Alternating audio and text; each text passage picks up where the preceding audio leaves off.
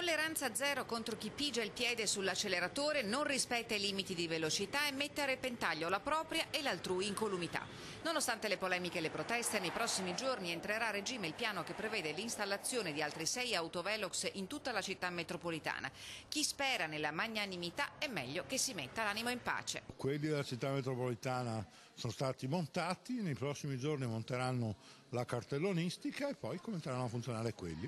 2 sono già stati autorizzati, installati e si preparano a diventare operativi, altri 4 sono in attesa dell'autorizzazione da parte della prefettura, mentre per il 7° pare manchi richiesta di autorizzazione. Ad ogni buon conto il messaggio è chiaro ed è rivolto non solo agli automobilisti ma pure ai leoni da tastiera.